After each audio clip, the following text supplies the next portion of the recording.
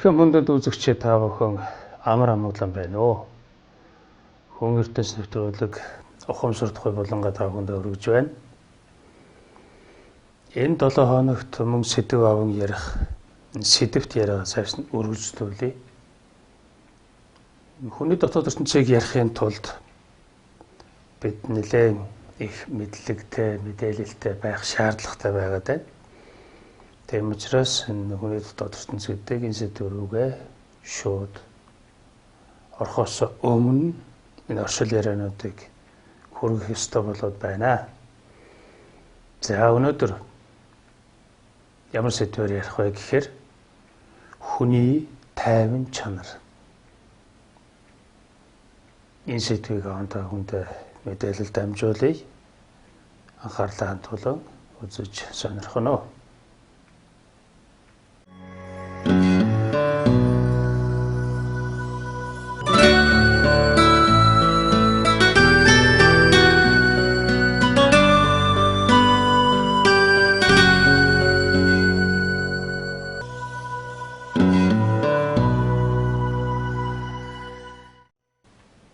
Хүн ертөнц нэвтрүүлэг хүн таныг өөдлөн дээдлэх сэрцэхэрэх сүнсний амьдралаар амьдрах энэ зам мөрлөө чиглүүлэх зорилготой явагддаг нэвтрүүлэг. Хүн та өөрөө энэ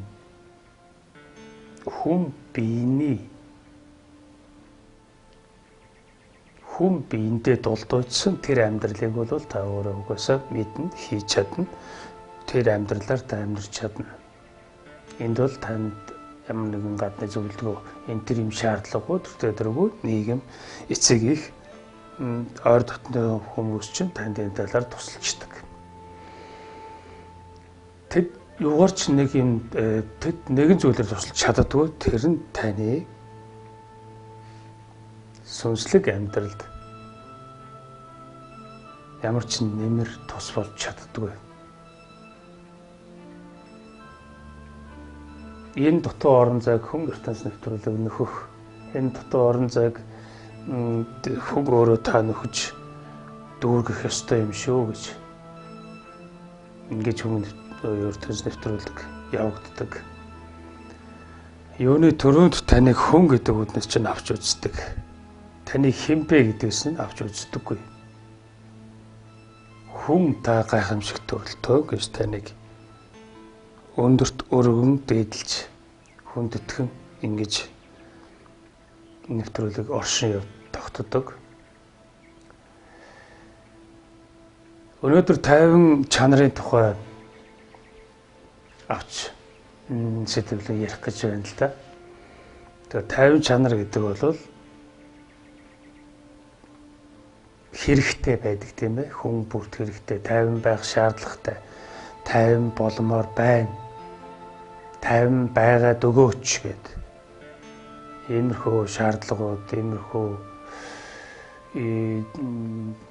амьдралаас зүйсний юм шаардлагууд гардаг тийм ээ. Бид тайван байж чаддаггүй.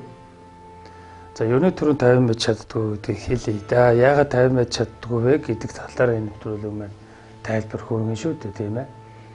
За тэгээд тайван байж чаддаггүй гэдэг маань угаасаа тайван биш гэсэн үг биш тийм ээ. Таавал угаасаа тайван байх чадваргүй ч гэдэг юм уу? Та тайван байх боломжгүй ч гэдэг юм уу? Та тайван биш гэж хэлж байгаа үг бол биш. Энэ бол ойлгомжтой тийм ээ. Хамгийн гол нь бид юу болцгооцсон байт юм гэхээр тайван бусын чанартай болцгооцсон байдаг. Хүн угаасаа юм тайван бусын чанартай юм уу гэмээр тийм болцгоочдөг. Энэ нь хүний дотоод ертөнцийн доод дөрвөн уурхайн үзүүлдэг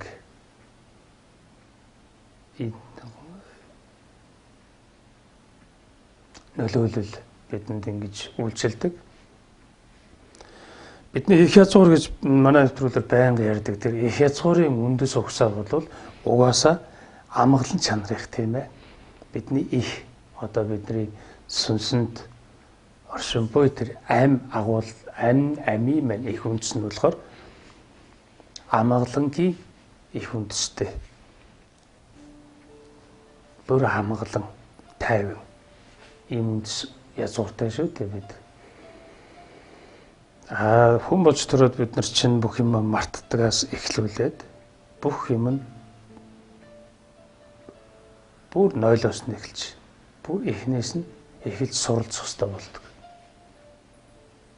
Инхээр бид нар самурж бодлохоос өөр аргагүй байдаг. Самурж бодлох нь өөрөө суралцах хичээл юм байна. Нэг болоод, өгөгдөл болоод босоод ирдэг. Тэгээд бид нар угаасаа насан турштай хүний дотоод ертөнцийн дэд оргилдо хүрсэн байдаг гэж яагаад тийм ээ. Тэгээд нэгэн дээд оргилдо хүрсэн тэр дотоод ертөнц бол бидний бүрэн удирддаг. Энэ бүрэн удирдлаганд бид нар тайван чанараа алдчихсан байдаг. Тэгээд ямарваа нэгэн ирээдүйд зорьсон зүйл рүү тэмүүлэлтэй хүрэхийн тулд түгшүүрт байдал, зовнил, ийм сэтгэлийн ийм чанаруудыг агуулж явдаг. Тэгээд өнгөрсөн цаг хугацааныхаа алдаа гэмтгэлээс айж түүнээс зүхтах, түүнийг давтахгүй байх тухай санаа сэтэл нь түүнийг нуун дарагдуулах гэдэг юм уу, тэр байдлаараа бид нэр мөн бас сэтгэлийн хүлээсэнд автан байдаг. Энэ долын юм яригдан. Гэтэл ер нь бол сэтгэлийн талын хаанчлал их хүчтэй ноёрхсон юм ертөнц байдаг энэ хүний дотоод ертөнц маань. Тэгэхээр энэ хүний дотоод ертөнцийн та өөрөө биш шүү дээ гэж манай нэвтрүүлэг хэлээд байгаа. Та 50 бусын чанартай болцсон байна гэдэг маань өөрөө та өөрийнхөө тэр их язгуурын жинхэнэ үндэс угсааны тэр чанараа таньж мэдэхгүйгээр түүнийг байдаггүй мэтэр ойлгож явах юм магадлалтай байдаг. Тийм байдалд бид нар хүрчихсэн байдаг учраас бид нар тийм 50 бусын чанартай юм шиг амьдардаг. За энэ нь юугаар яаж илэрдгийг гэхээр мэдээж бид нар энэ амьдрал дээр 50 байж чадахгүйгээр амьдрал өрнөдөг. Энэгээр бид нар тов тодорхой төгөөнийг мэднэ. Тэгээд тайвшрах гэж, 50 байх гэж бид нар хүсдэг. 50 болох гэж хичээдэг боловч бидэнд 50 бусын чанарууд л үйлчлээд байдаг. 50 бусын байдал бидэнд илүү их нөлөөлөд байдаг. Ингэж бид нэр амьдраад байна гэдэг маань тэгээд уг нь бол нөгөө сүнсний тэмүүлэмт гэдэг. Тэмүүлэлт чанар нь бидэнд угаасаа зогсолтгүй байхад тусалдаг. Тийм чанар байдаг тийм ээ. Тэр нь 50 чанарыг маань устгачаад тэгээд үг сүггүй тийм учир замбраагүй тийм хүчилсэн байдлаар, хүчирхийлсэн байдлаар хит их тууширсан байдлаар тэгж ямар нэгэн зүйл рүү тэмүүлдэг ийм чанар бол бидний сүнсний мань чанар багт биш. Сүнсний мань чанар бол зогсолтгүйгээр өсөд дэвшлэхийг бидэнд тулгадаг л да. Энэ бол бидний нөгөө суралцах энэ чанд юутай мань холбоотой, энэ төрлийн мань төрөлтэй мань холбоотой тэгж гарч ирж байгаа зүйл. Энэ дэлхийн гариг дээр бол тийм л хууль үйлчлдэг учраас тэр хуулийн дагуу тэр сүнс эндээс хохорч, эндээс явахын тулд өсөж хөгжихийг эзнээсээ шаарддаг л да. Гэхдээ үүнийг бид нар тэр дотоод ертөнцийн маань хийсэн тэр хувиргалтаар хүлээж аваад байдаг.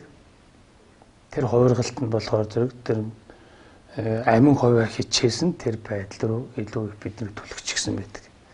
Тийм учраас бид амин хувиа хичээгээд тэгээд тэр амин хувь дотроо мөн бас өөрийгөө гэхээсээ гадна өөрийнхөө гэсэн бүх юмыг хамаатуулдаг.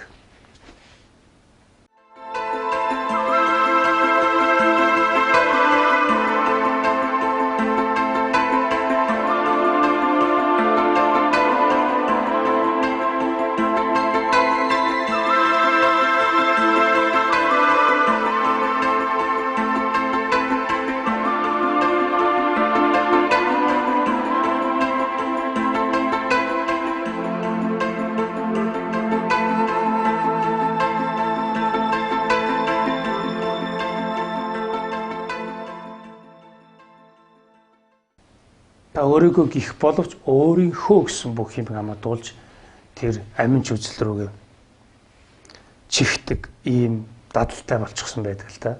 Энэ нь ухамсаргүйгээр үлдгэсэн байдаг. Бид нэр ухамсарт амтан учраас энэ байдлаа бид нар ухамсарлах ёстой байдаг. Энэ ажлыг бид нар хийдэг.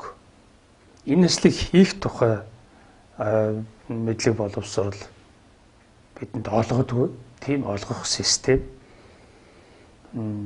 боловсролын тогтолцоо бидэнд үйлчилдэг. Тийм болохоор бид нар дотоод ертөнцийнхөө эрхшээлд байх буюу нийгэм дотор үг дуугүй нийгмийн шаардлагын дагуу амьдрах ёстой болдог юм л да. Тэгжил бид нар амьдардаг. Тэгээд амьдраад явж байгаагаа бид нар амьдарч байна, болж байна, ингэж जैन тэгж जैन гэж үздэг. А гэтэл бидний амьдрах ёстой амьдралын хэм маяг, амьдрах арга барил, амьдралыг үзэх үзэл энэ бүх юм чинь тэс өөр байх ёстой болдог байна л да. Бид нар дутуу амьдардаг гэж түрүү шинэ нэвтрүүлгээр яриад байгаа тийм ээ. Бид нар дутуу хугас ийм амьдралаар амьдардаг аа гэж догонцож тэнцвэргүй амьдралаар амьдардаг гэсэн тийм ээ. Тэр байдал маань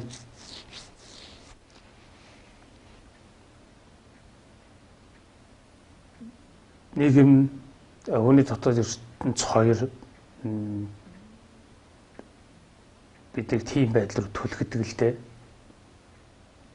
Түлхэж байна, хорлож байна, сүйтгэж байна гэд ойлгоод ингэж яриад байж болох боловч эн чинь угаасаа байх ёстой болоод байж байгаа. Байхгүй юм угаасаа байдаггүй. Байх ёсгүй юм байдаггүй. Байх ёстой болоод байж байгаа. Яагаад байх ёстой болж байгаа гэхээр эндээс бид суралцах ёстой болж байгаа. Бид суралцсан. Өөрөөр бид байх боломжгүй. Бид амьдраад байдаг биш, бид суралцаад байдаг. Ингээд суралцаж явахдаа бид нар амьдрах урлагт суралцдаг. Амьдрах урлаг гэдэг маань өөрөө бидний нийгэмдээ байр суурь ажиллах гэж явж байгааг огт хийлгэхгүй. Тэр амьдрах урлагийн маань зөвхөн өчүүхэн төдийн нэг хэсэг нь нийгэмд үйлчилсэн байдаг. Нийгэмд илэрч байдаг. Тэр нь амьд байхын тулд хоол олж идэх тухай асуудал шүү дээ, тийм ээ. Энэ хоолорд ижээж бүгдөө нийлж нийгэм байгуулчаад тэгээд тэр дотроо бүгдөө бие биентэй найдвартай амьдралын баталгаа болсон тэр хоол хүнсээ бие биенийг хангах, дулаан орон сууцаар бие биенээ хангах, дулаан хувц хонортой байлгахад бие биендээ туслах ийм л зорилготойгоор энэ нийгэм чинь оршдог. Тэгээд бид нар дотор нь хүний дотоод ертөнцийн нэгэнт эзлэгдчихсэн байдаг учраас хамаа замбраагүй үйлдэл хөдөлгөөн буюу тийм сэтгэл сэтгэхүй ухаан бодлыг ялгаруулна цацж байдаг учраас бид нар энэ нийгэм дотроо учраа олохгүй бие биенээ үзэн ядан энэ солиорлын байдалтай ингэж байцгаадаг. Хүн нэг одоо улс орон гэлтгүү манай дэлхий маань хүмүүсээ нэрэл шүү дээ тийм ээ. Ганцхан л энэ дэлхий дээр бид нар бүгдөө амьдарч байгаа. Тэгээд улс орнууд нь ингээд одоо 200-300 улс үндэстэн болон ингээд хуваагдчихсан байж байгаа. Тэгээд тэр олон улс үндэстэн бүхэн чинь өөрсдийн гэсэн амин жүжлийг бий болгочихсон. Тэгээд бусдтайгаа ингээл өрсөлдөөл бусдыгаа яах нь вэ гэж хардаж сэрдээд байх иймэрхүү хандлагаар энэ нийгмийн тогтолцоо маань ингээд дэлхий дээр тогтсон нийгмийн тогтолцоо маань ингэж оршин байгаад байгаа юм л да. Гэтэл энэ бол биш юм. Энэ байдлаас бид нэр огт хол давсан тийм хэмжээст бид нэр өөрсдөө аваачих. Тэндээс тэгж эндээс суралцаад энэ юу вэ гэдэг бүрэн мэдээ тэгээд түүнээс дээш гарах ёстой. Ийм ухаанд ийм бодгол энэ ухаанаа бид нар ашиглах ёстой юм байна л да. Гэтэл бид нар тийм ажлыг хийдэггүй. Өдөр тутмынхаа тэр хоол олж идэх тэр явдал судалтаа бид нэр гол анхаарлаа хандуулсан байдаг. Тэгээд хоолоо олж идэх гэдэг нь амьдрал юм уу гэхээр биш ээ гэж манай нэвтрүүлэг хэлээд байна тийм ээ. Энэ бол амьдрал биш. Энэ бол зөвхөн амьд байхын баталгаа болох тэрэл зүйл. Энэ бол амьтанлаг чанар. Гэтэл хүн амьдрах ёстой байдаг. Амьдрахгүйгээр хүн хүж болохгүйгээр ингэж тулгагдсан байдаг. Ийм хууль энэ дэлхийд үйлчилдэг. Гэтэл бид нар амьдрахгүйгээр хүчээдэг. Амьдрахгүй хүч байгаа үе төмөн хүнийг бид нар харцгаадаг. Тэр хүний өхөлд утга учир байдаггүй. Тэр хүний амьдралын утга учирыг бид нар сайныг бодож л ерөөж л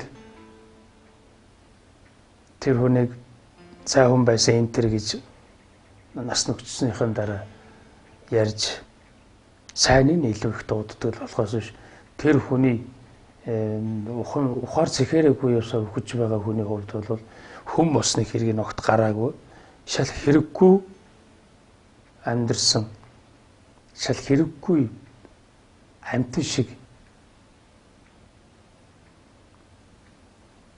хүмүүс төрсөн ямар ч хэрэг байхгүй болсон юм харамсалтай явдал болоод дуусч байгаа юм байдал юм байгаа юм л да. Яагаад ингэж байна гэхээр та хүн болж төрсөн л бол нэгэн хэргийг бүтээх учиртай байдаг. Тэг хүн болж төрсөн тэр учир нь ухамсарлын өндөр зэрэгт хүрэх энэ асуудал юм шүү дээ. Ухамсар гэдэг нь хүнд зөвхөн ганц хүнд хамааралтай зүйл биш. Тэр ухамсарлын түгээмэл чанарын тэр хүртэмжийг бүрэн хүлээж аваад тэгээд тэр хүртэмжид нэгдэх ийм ухамсарын өндөр зэрэглэлд шилжих ийм боломжтой төрөлтөн хүн болвол бусад ухамсарын төлөвт байгаанууд нь тийм боломж үгүй юм л да. Хүндэл энэ боломж нь өгөгдсөн байдаг.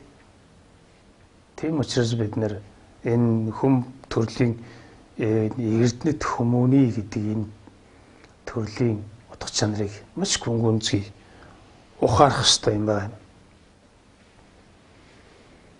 Зүгээр л нэг нийгэм дотор тийм ээ бид нар ямар нэг ажил хөдөлмөр хийгээд ирээдүйдээ төлөвсөн төлөвлөгөө тэр бүхэндээ зорьсон зорилго руугаа тэмүүлж байгаа энэ үйлдэл хөдлөл маань амьдрал биш болох нь шүү дээ. Энийг л энэ бол амьдрал энэс одоо энэ бол миний амьдрал би амьдарч байна би чадаж байна гэж ингэж бодох энэ төөрөгдөл маань биднийг хорлдог байх нэ. За тэгээд нөгөө төөрөлдсөн яваа хүн чинь угаас нөгөө тайван чанараа гээчгдэг.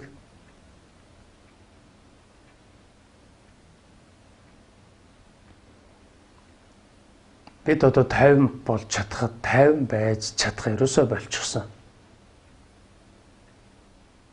Гадна тайван байгаа юм шиг дүртэй сууж байх ч юм уу тайван байгаа юм шиг бид нэр харагдахаар байдаг л да. Гэвч бид нэр яг жинхэнэ байх ёстой газар байдаггүй учраас тэр дотор маань эзгүй байдаг учраас тэр дотроо бид нар салгалан жичирсэн ийм төгшүүрт байдлыг байнга мэдэрж байдаг. Тийм учраас бид нарт нөгөө сэтгэл ханамжгүй байдал бий болоод юунаас болоод байгаагаа сайн мэдэхгүй тэгэл нэг л сэтгэл ханамжгүй байдалтай байгаагаа мэдрээд тэгээд хажуу хавьяасаа тэр сэтгэл ханамжгүй байдлыг үүсгэсэн байна гэж ирж хайдаг. Гэтэл хажуу хавьяас бид нар бол огт сэтгэл ханамжгүй байдал буюу тэр тайван амгалан чанараа алдагдуулсан биш байдаг л да.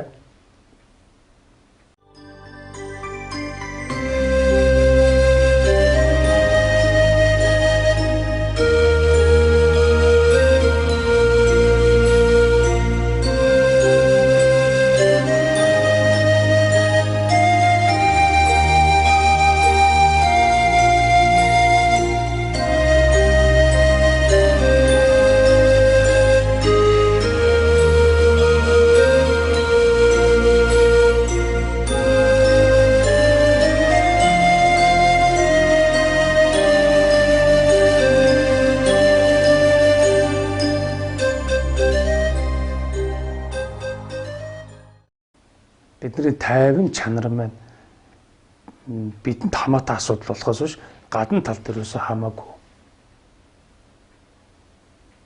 Гадна талд юу ч болж иж болно. Ямар ч нөлөөлөл гаднаас ирж байж болно. Ямар ч хүртэмжийг бид хүлээж аваад байж болно. Энэ бол амьдрал явагдаж байгаа учраас ямар ч хүртэмж, ямар ч гадны нөлөөлөл бидэнд ирж болзошгүй. Энэ бол болзоогүй. Гэтэл тайван чанар нь бидний юм. Таны юм. Таны дотоод ахуйн тухай асуудал юм. Энэ гадна ахуй чинь огт биш. Та тайван чанарыг өөрийнхөө аминч үзэлтэй хотхон самуурж бодолтгийн учир юу вэ гэхээр та аминч үзэл гэдэгтээ түрүүн дээрсэн тэр өөрийгөө бодхоос гадна өөртөө хамаатай бүхнийг авч үздэг тийм ээ. Авч үздэг. Тэр нь нэгдүгээрт таны эхнэр хөөгд гэдээ явна тийм ээ. Хамгийн одоо чухал, хамгийн ойрхон, хамгийн миний гэж байгаа юм чинь эд шүү дээ. Тэгээд таны эхнэр хүүхэд ингээ гэр бүлийн чинь тийм ээ. Тэгээд таны эд тогшил байр орон сууц. Тэгээд машин унаа техник. Ингээл явна шүү дээ. Яагаад гэвэл тэр чинь таних. Таны учраас та түүнийг аминч үзлийнхээ тэр нөлөөлөлд хамаа туулан авсан байдаг. Тэгээд ийм аминч үзлээрээ асуудалд хандаж байгаа учраас бид нар төөрөлтөөс аргагүй болдог. Энэ нь нөгөө төөрөлдөх цонтон дагуулсан их усүр.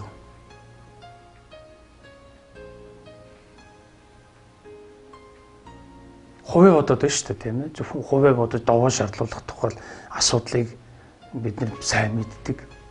Хамгийн сайн хийж чаддаг. Хэнэрч заалгалгүйгээр үүнийг бид нар хийгээд байдаг. Яагаад ийм байдгүй? Таны дотоод ертөнц чинь танд маш хүчтэй үйлчилж байгааг маш тодорхой илэрх хэлбэр нь энэ юм байна л да.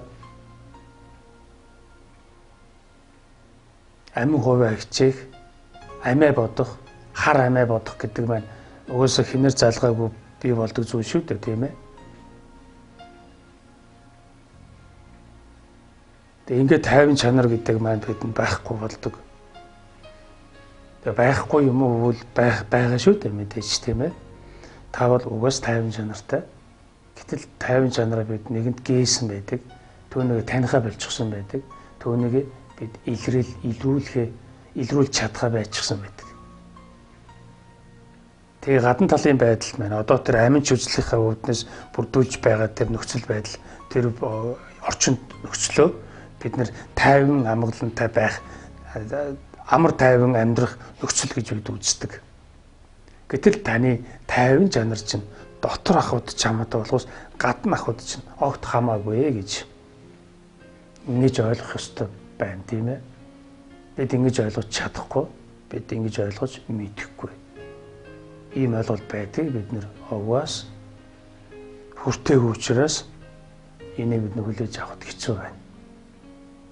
Тэгэхгүй яах юм чи гадна амгалан тайван байдал гэдэг чинь тэр гадны нөлөөлөөс хамгаалагдсан найдвартай гэр орон тэгээ тэнд чинь 5 дахь орчин байж сая тайван байх юм байгаа үстэй.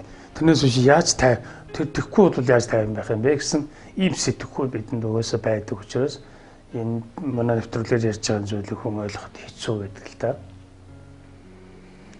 Шууд хүлээн зөвшөөрөхөд тийм амархан биш. Гэхдээ хүлээн зөвшөөрдөг. Хүлээн зөвшөөрөд тийм л дээ гэж долгоод өгтөл чухам яагаад ийм байгаа юм? Яаж ийм байх ёстой вэ гэдгийг огт мэддэггүй. Тэгээд амгалантай байя гэдэг. Одоо 50 байя гэхээр би өөрөө 50 байгаад 50 болчихно гэж бид мэдэн тийм ээ. Чи өөрөө бити ингэ сандраад бити уурлаад бити ингээд чи өөрөө 50 байл та гэд бэбиэндээ бэбиэндээ тусалдаг. Тэгээ бэбинийгээ дэмжих тэр байдлаараа бид нар бэбиэндээ сануулга өгөхдөө тийм ээ бэбинийг аргадаж тайвшруулахдаа бид нар хэлдэг юм үгс байдаг. 50 бай бити одоо ингэ сандраад одоо 50 бай сэтгэлээ байр маяг гээл тийм. За инхээр бас тайван болчихдөг юм уу гэхээр тийм биш. Тэгвэл тэр тайван чанар бидэнд байдаг учраас тайван байж болно гэдгийг хэлээд байгаа юм явдал байна тийм ээ. Тэрнээс биш тэр хүмүүсийн хэлснээр би тайван болчдөг биш. Та тэгэл тайван болчих тийм чадвартай биш юм. Тэр тайван чанар гэдэг нь өөрөө хөгжих ёстой, илэрх ёстой. Тэр нь өөрөө цэцэглэх ёстой юм ёс байдаг байна. Тэр цэцэглээгүй, тэр дэлгэрээгүй, тэр танигдаагүй тохиолдолд тэр тайван чанар гэдэг нь таныг төлөөлөхгүй болчихж байгаа. Янз бүрийн сэтгэлүүд, янз бүрийн сэтгэхүйн илэрлүүд, бодол ухааны тэр төлөв байдлууд биднийг төлөөлөд байдаг. Гэтэл бидний аливаа зүйлд хандах хандлагын маань үндэс нь тайван чанар байгаад байгаа юм л да. Тэр тайван чанар байдаг учраас бид нэр арийн галзуурчлгүй шиг амьдраад яваад байдаг. Тайван чанар үгүй байсан бол бид нэр галзуурчна. Яг тэгвэл ийм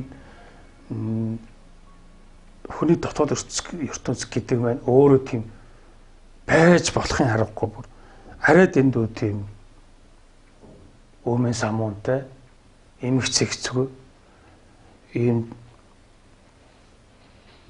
нөхцөл байдлыг бидэнд үзүүлдэг. Гадны нөлөө бол угаасаа таны тайван чанарыг алдагдуулах зорилготой байдаг. Гадны нөлөө бол хизээч ямар ч үед ямар ч тохиолдлоор ямар ч нөлөөлөл санаанд оромгүй тийм нөлөөллөж ирж болно гэж ингэж хэлээд байна тийм ээ. Энэ болцоо үгүй юм а гэж. Болцошгүй. Юу ч байж болцошгүй. Чухамдаа яаж ч магадгүй гэсэн үг тийм ээ. Та ерөөсөө одоо мөн өгч магадгүй гэж. Ийм магадлал өндөртэй. Ийм газар бид нар амьдардаг шүү дээ. Тэгэхээр гаднаас ирж байгаа нь ямар ч байж болох юм тийм ээ. Юу ч байж болно. Та ямар ч амьдралын зураг төөрөгтэй тавилантай байлаа. Тэр нь танд нөлөөлнө. Тэр нөлөөлөл нь юу ч байж болно. Ямар ч аюултай, ямар ч гай төвтөртэй байж болно.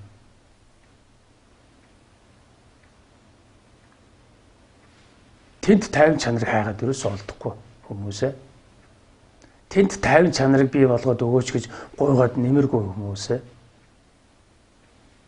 Таны тайван чанар чинь таны дотор ахуйд хамааралтай. Гадна ахуйд тайван чанарыг олно гэвэл энэ дэлхийд байдаггүй зүйл. Энэ дэлхийн гариг дээр тайван чанар гэж огт байдаггүй юм. Тайван чанар илрэл тодорлол байдаг болгоос биш тайван чанар нь угаасаа чанар болон илэрдэггүй юм л да. Хэрэгжидэггүй гэсэн үг. Илэрч болно тийм ээ. Тайван чанарын, тайван амгалан байдлын илрэл болвол байгаль дэлхий дээрч нийгмийн тогтолцоон дээрч нэг тайван амгалантай байгаа тийм нөхцөл байдал илэрдэг шүү дээ. Тэр бол ойлгомжтой байдаг.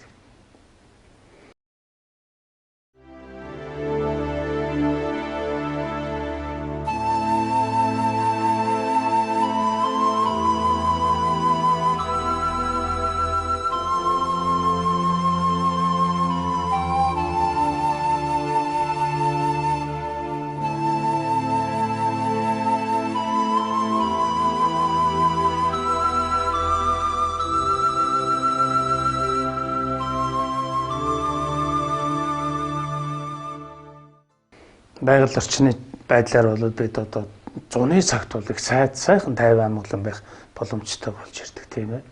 Тэгээд бусад нөгөө гурван улирлалд нь болохоор бид нэлээд тийм ажилтай, нэлээд завгүй, нэлээд тийм тайван бусын байдалтай болдог шүү дээ. Найдал нийгмийн тогтолцоон дээр яадаг. Нийгмийн тогтолцоогоос нөгөө нийгмийн тогтолцоо шилжихэд нэг хэсэг тайван болох хандлагатай байдаг. Тэгээд түн удлаг бол буцаал хуйсгнаал эхэлдэг. Энд бол доктортой тайван чанар гэдэг чанар бол байдаггүй. Зөвхөн илрэлтүүдийнх нь байдаг тийм ээ.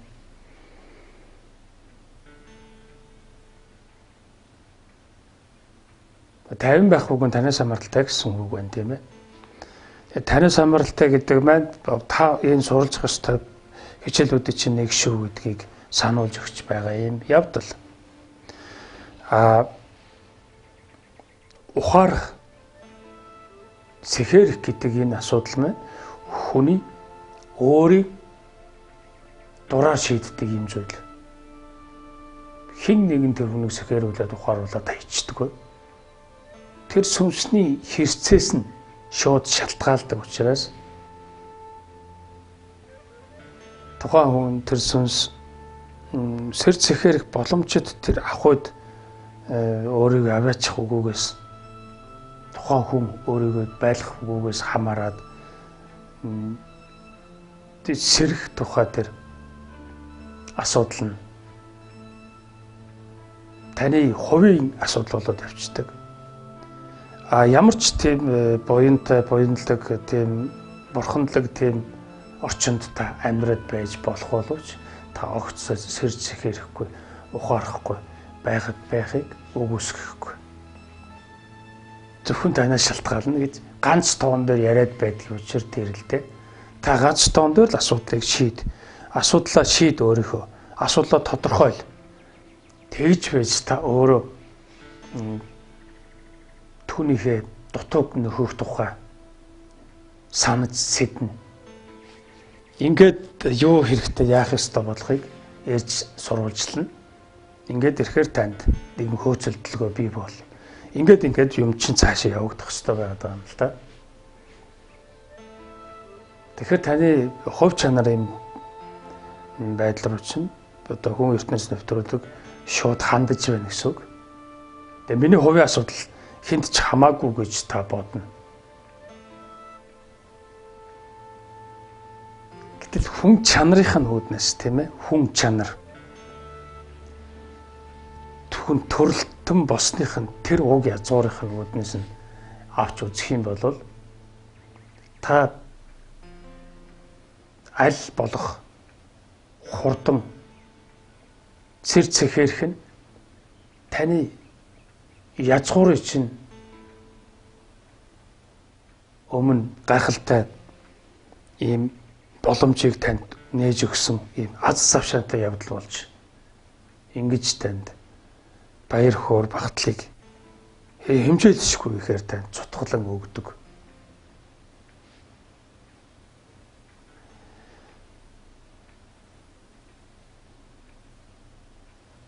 Дургу байхад нь тийм ээ хүн өөрөө дургу байхад нь хүчээр энэ номын ёсны дагуу амьдруулад тэгээд тэр хүн дуртай дургу нэг номын ёсны дагуу амьдрсан болж харагдаж за яг ингэсэн болоод явж илээ гэд.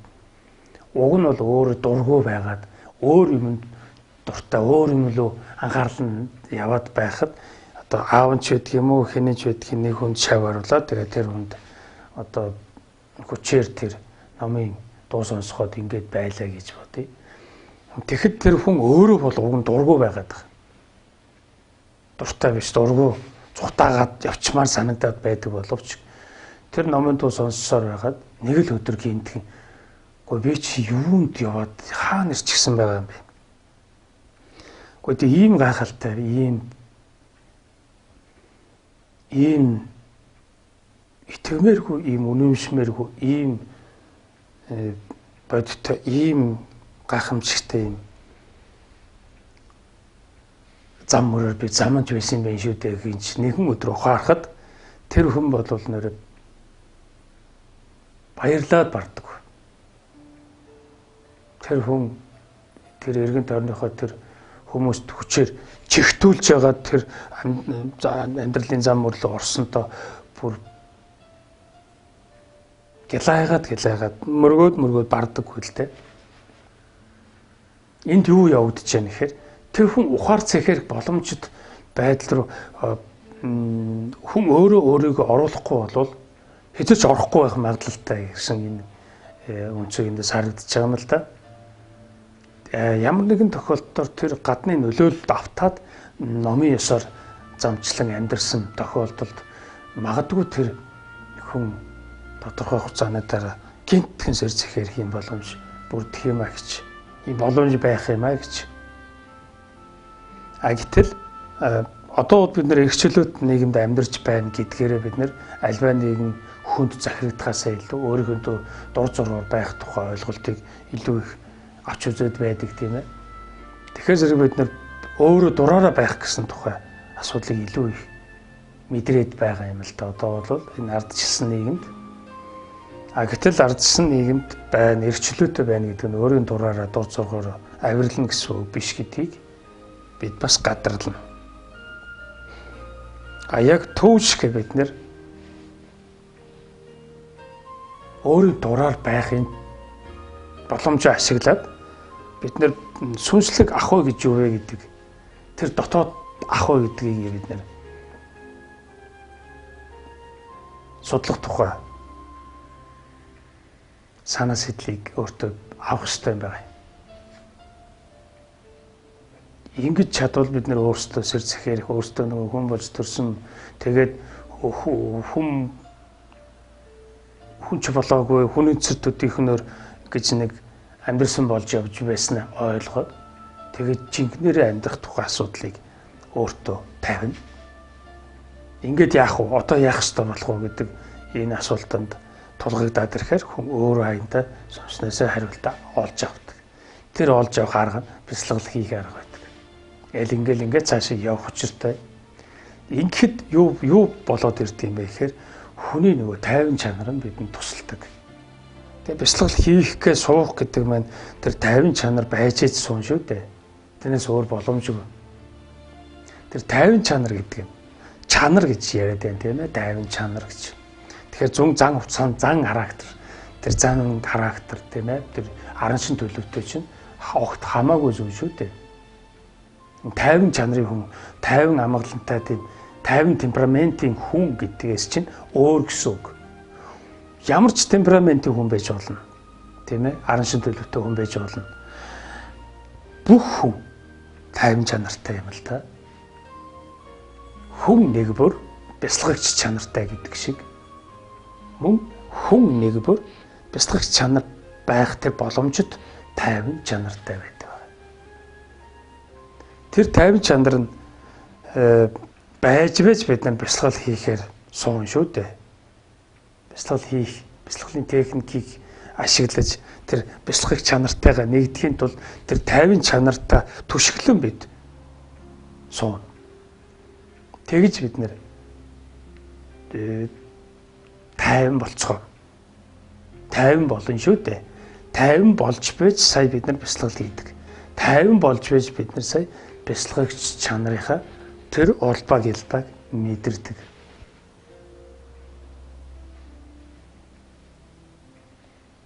Бидэнд тийм тайван амгалантай байх тэр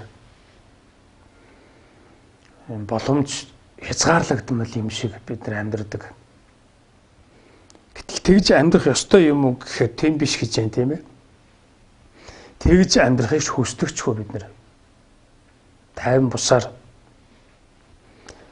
бусын ийм байдалтай бид нар амьдрахыг хүсдэггүй. Гэхдээ тайван бусын амьдралаар амьдрсан хэн байгаа? Ер нь тайван л амьдрдээ шүү дээ.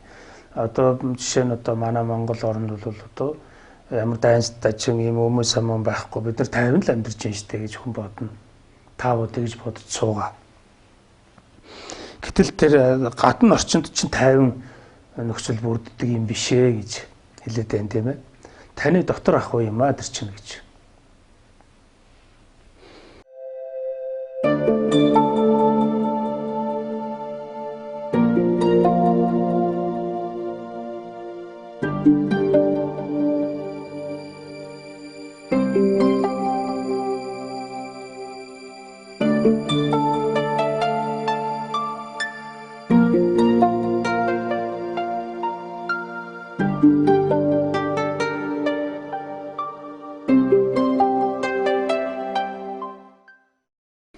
Дотор ахуйд та хязгаарч тайван болж чадахгүй байгаад байгаа юм. Та тайван байдагчгүй. Тайван болох тэр боломжтой танд бий боловч та тайван болж чаддаггүй. Тайван болох боломжгүй. Яг гэвэл энэ хүний дотоод ертөнц гэдэг энэ ертөнц нь өөрөө тайван байх боломжгүйгээр оршин байдаг. Дотоод ертөнцийн дөрвөн уурхай, доод дөрвөн уурхай гэж байгаа. Нийтдээ дотоод ертөнц чинь 7 төвшин буюу уурхайгаас бүтнэ гэдэг юм шүү дээ.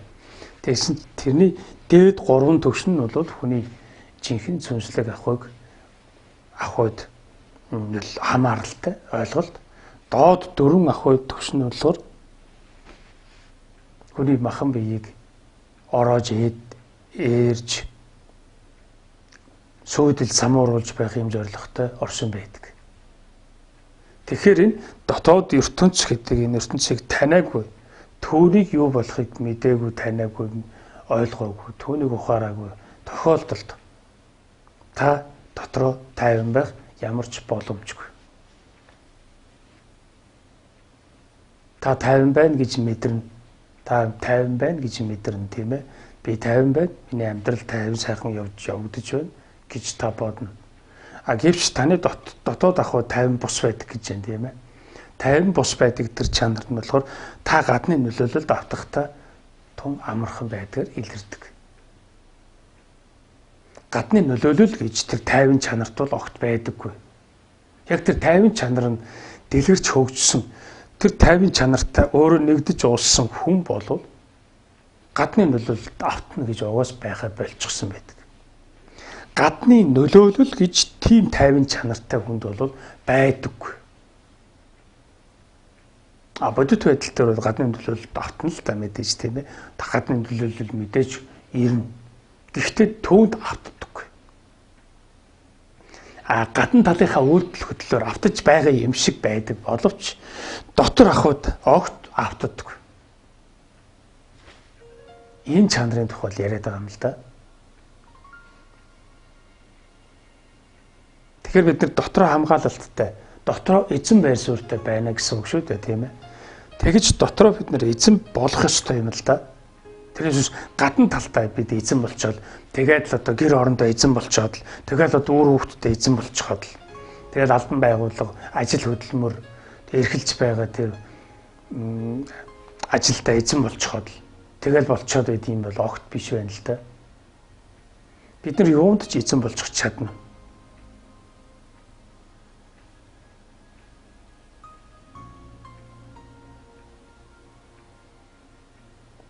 Дотроо л эзэн болж чаддаггүй. Дотроо эзэн болох боломжийг чинь энэ хүний дотоод ертөнцийн доод 4 уурхай танд олгохгүйгээр өөмүүлж самууруулж байдаг. Угаас ийм зоригтой. Энэ нь таныг суралцах ёстой хичээл гэж босч ирдэг. Та түүнээ суралцах ёстой болохоос биш түүнтэй утгалтаад, түүнтэй ноцолдоод, түүнтэй зодолтоод, түүнтэй нэгийг үзэж нэхэд хэлээ уралцсан гэж яваад ямар ч тусыг ис олдог. Тэнд тус олох ямар ч боломж байхгүй. Та дийлэгдэж байгаа юм шиг боловч, дийлээд байгаа юм шиг боловч яг үнэндээ бол дийлдэж байдаг. Тийм хуйлтай юм.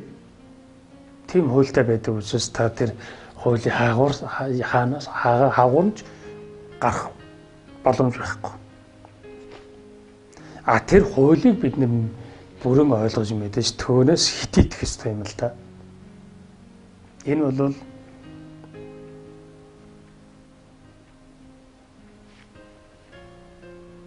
их доод төвшний асуудал юм байна. Энэ бол энэс би давах ёстой. Энэ бол анхан шатны асуудал юм байна. Энэ бол зөвхөн цагаан толгой төдийхөн юм байна гэж ингэж ойлгож хүртээд тэгээд тэр цагаан толгойг бүрэн цээжлээд тэгээ одоо тэр дотоод ертөнцийн чинь дотор болж байгаа үйл явцыг уншиж сурах ийм л ажлыг бид нар хийх ёстой байдаг байна л да. Ингэж сургадаг биднийг одоо бидний нэрлээд байгаа энэ амьдрал гэдэг энэ үйлдэл хөдлөл маань биднийг амьдраад өгөөч гэж. Тэг амьдрахын тулд ийм үйлдэлийг хийгээд гэж.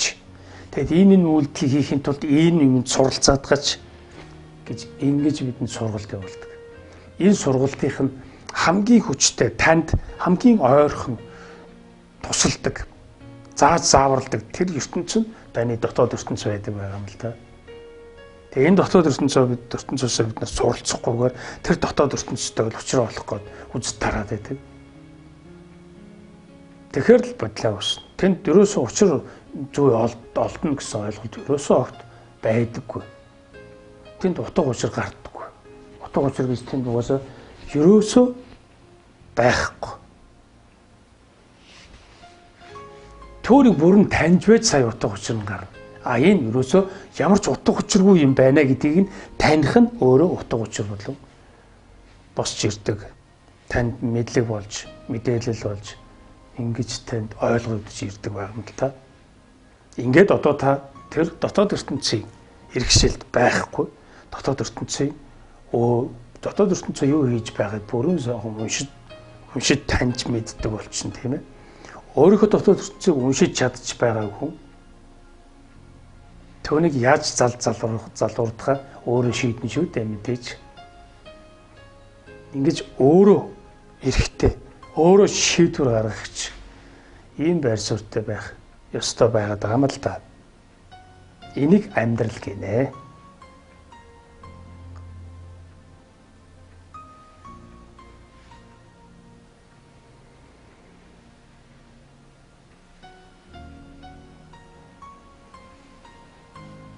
Та бүхний амгалан тайван байдлыг алдагдуулж ойлгомжгүй юм ярьж байгаа юм шигээр танд бодогдож байгаа л да. Зүгээр л амьдарч яхад чинь ямар ч зүгээр амьдарч байгаа юм байхгүй танд. Та бол амьдраагүй. Та бол зүгээр л нэг үйлдэл хийж байгаа амтналэг ийм л нэг хүнэнцрээ гэж таныг дорд хэлж байна тийм ээ.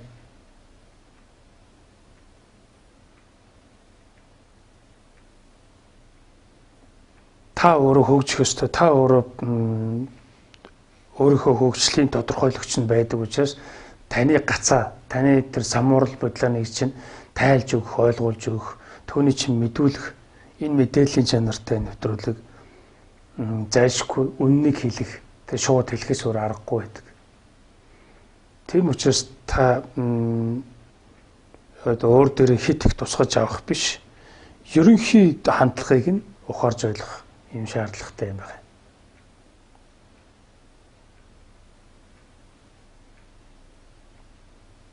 Та чухал царайлжсан амьдраад явж байгаа хүн шүү дээ.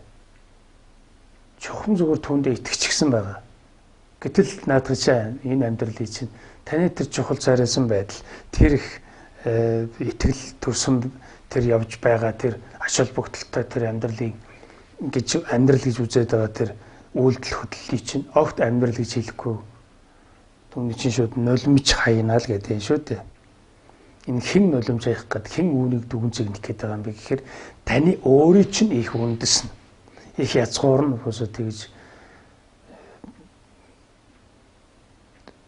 үзэх ёстой болчихж байгаа юм л да.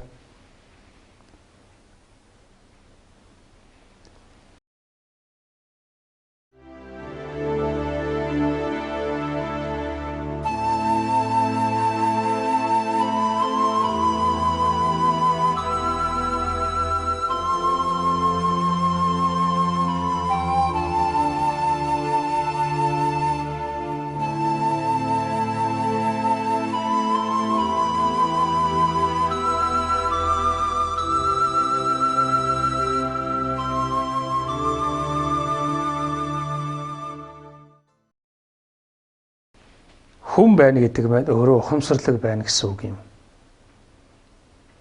Тэгэхээр та нэгэнд хүн болоод төрсөн юм чинь ухамсарлаг үйл хөдлөлийг та гүйцэтгэж байх ёстой. Үйл хөдлөл хийхгүйгээр мэдээж амьдрахгүй тийм ээ. Энэ бол боломжгүй. Та үйл хөдлөл хийхдээ ухамсарлагаар түүнийг хийж тэр үйл хөдлөлөө ухамсар болгон хувиргаж ухамсарлал болгон өөртөө авч байх хэрэгтэй байдаг байна л да. Тэгж чадахгүй болохоор бидэнд асуудал үүсдэг. Асуудал үүсэнгүү тэр асуудлыг шийдэх гээд бужигнаа авчдаг.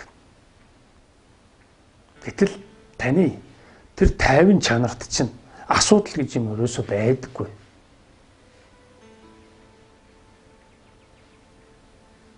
асуудал байх боломжгүй. Яг тэгвэл тэр угаас тайван. Бидний ойлгодог тайван чанар биш байгаа биз? Тайван сайхан байх, тайван амгалан амьдрах гэдэг ойлголтоос ч төсөөр байгаа биз? Тэгэхээр бид нар энэ тайван байх гэдгийг уучаал өөрөөр ойлгох ёстой юм байна гэдгийг энэ нэвтрүүлгээр та мэдээд авч байна. Тэгэхээр гадна талд тайван нөхцөл бүрдүүлэхээс гадна та өөрийгөө дотор авахуд тайван болох ёстой байна гэдгийг одоо ойлголоо тийм ээ. Нэг ямар ч лээс мэдчихлээ шүү дээ. Тэгээд та үнэн мэдлэгээ хэрэгжүүлснээр та бүрэн үнийг ойлголт болон хүлээж авна. Тэгж хүртэнэ. Энэ мэдлэгийг хэрэгжүүлэхгүй бол энэ бол ойлголт болон танд очихгүй. Таны болохгүй. Мэдлэг хэрэгжих ёстой байдаг. Тэгж би сая таних болно. Тэрнээс наанвал тэр мэддэг бол нийтийн буюу тэр таних биш байсаар л байдаг. Иймэрхүү яриа ингээд тайван чанар гэдэг дээр ингээд яригдж байна л да. Ерөнхийдөө бол манай нэвтрүүлгийн ярих зүг чиг хандлага ярианы өнгө айсвал нэг л зүйл төвлөрөхийг танаас уриалаад та тийх ёстой гэдгийг сануулж хэлээд ингээд охин сануулга болгоод яриад байна тийм ээ. Тэр нь юу байна вэ гэхээр тэр сүнслэг амьдралын хэм маягийг хэрэгжүүлэх тухай асуудал байдаг. Тэгээд тэр сүнслэг байдлаар амьдрахын тулд ухамсарлаг тэр байдлаар үйлдэл хөдлөлтөө анхааралтай хандах ёстой болж байгаа юм л да. Тэгэхээр тэр ухамсарлал гэдэг маань өөрөө сүнсний хэмжээст сүнсний оршин байх чанартай уйлдаж яригдах ёстой ийм ойлголт юм байгаа юм л да. Дэлхийн гарыг тэр чигээр ухамсарт энэ оршин л доо. Гэхдээ хүн тэр ухамсарыг хэрэгжүүлэгч ганцхан байдаг бол хүн юм байгаа юм л да. Бусад хүнээс бусад бүх амьд оршинлууд нь зөвхөн тэр өгөгдсөн ухамсарынхаа хэмжээнд л ухамсарлалын байдлаа илэрхийлэгч. Тэр хэмжээг л илэрхийлэгч гэсэн үг. Тэр ухамсарыг өгөгдсөн хэмжээ байна тийм ээ. Одоо жишээ нь амьтанд бол амьтан яг тэр ухамсарлалынхаа хэмжээст л өөрийгөө илэрхийлнэ. Тэрнээс илүүгээр илэрхийлэх боломж бол байдаг. Тэр хязгаарлагдмал. Хүн болвол цаглашгүй хязгааргүй тэр ухамсарлалыг өөртөө илэрхийлэх, хэрэгжүүлэх ийм боломжтой төрөлтөв. Тэгэхээр тайван чанар гэдэг маань уусаа бидэнд байдаг зүйл бид угаасаа тайван амгалан тийм их язгууртай. Ингэж яриад байна тийм ээ. Тайван их язгууртай бид нар. Тэгэхээр бид нар тэр тайван чанараа бид нар дотроо дэлгэрүүлэн хөгжүүлэх ёстой. Энэ төлөв байдлыг бид нар илүү их онцолж тэр тайван байх чанарыг илүү их хөгжүүлэх ёстой байгаа юм. Тэгэхээр зэрэг бид нар гадна талд тайван амгалан бусын байлаач дотроо бид тайван амгалан байх боломжтой. Юу ч болж исэн шүү дээ, тийм ээ. Гадна нөхцөлд бол юм болдог. Түүнийг дагаад бидний дотоод ертөнцид мөн адилхан юм болж юу эс болж байхыг бид мэддэг. Маш тайван бус байдаг.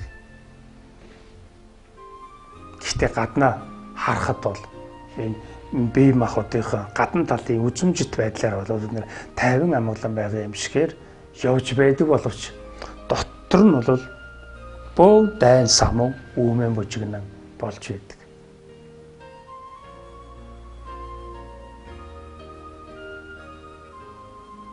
Би тийм биш гэж та бодож болно.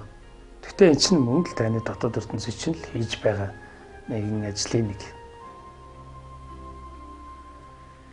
Та нэгэнт л энэ дотоод ертөнцийг тааж төвний цаана гарахгүйгээр бол та тайван байх ямар ч боломжгүй гэж хэлж байна шүү дээ, тийм ээ.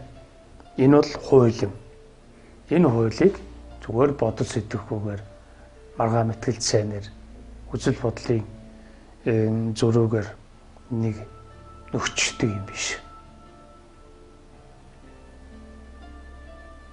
Ямар ч үзэл бодол илэрхийлээд, ямар ч байдлаар өөрийгөө томьёолж, тодорхойлоод тэгээд та тайван чанараа өөртөө нээчих нь илэрхийлчих нь цэцгэлүүлчих нь хөгжүүлнэ гэж юусоо байхгүй. Та энэ мэдлэгийг хүлээж авах ёстой болно. Тэгээд энэ мэдлэгээр дамжуулаад та энэ мэдлэгийг хэрэгжүүлснээр энэ чинь ойлголт болон танд очино. Ингээд ойлголтоо та өөр дөрөө сая мэдрэх, ухаарах энэ үйл явц чинь таны дотор явагдаад ингээд жинхнээр тэр тайван чанар чинь хөгжих боломж бүрдэх магадлалтай тун магадгүй юм. Гэхдээ тун хэцүү болчиход байдаг. Бараг л тайван чанар нь эргэж сэргэхээс өнгөрч гисэн юм удаа гэмээр ийм л амьдралаар бид нар амьдрсан болдог. Ийм л үйлдэлийн цувралыг бид нар хийдэг. Тэгээд энэ үйлдэлийн цувралаараа бид нар асар их хог новш дотор овоолчихсан байдаг. Хитрхи их новшин дарагдчихсан байгаа учраас төвний цэвэрлэг үнгээ боломж алгаа гэд тэгээд энэ насных нь амьдрал утга учиргүйгээр дуусах ийм магадлал өндөртэй яваа. Ийм шүү гэдгийг та өөртөө маш гүн гүнзгий хүлээн авах хэрэгтэй юм байна. Таны яаж амьдрах ч юудөө хамаагүй. Та дотроо яаж амьд байх чинь л чухал юм. Тэр л сая амьдрал болж, тэр л сая амьдрсан амьдрал гэж тооцогдно. Гадна талд амьдрал бол угаасаа байдаггүй юм. За өнөөдөр нэвтрүүлэг ингээд өндөрлөж байна. Дараагийн нэвтрүүлгүүдээр мөн энэ тайван чанарын талаар тодорхой дэлгэрэнгүй тайлбарлан хүргэе. Анхаарлаа хандуулан үзсэн үзэгчдэд баярлалаа. Дараа иргэн уулзъя. Түр баяртай.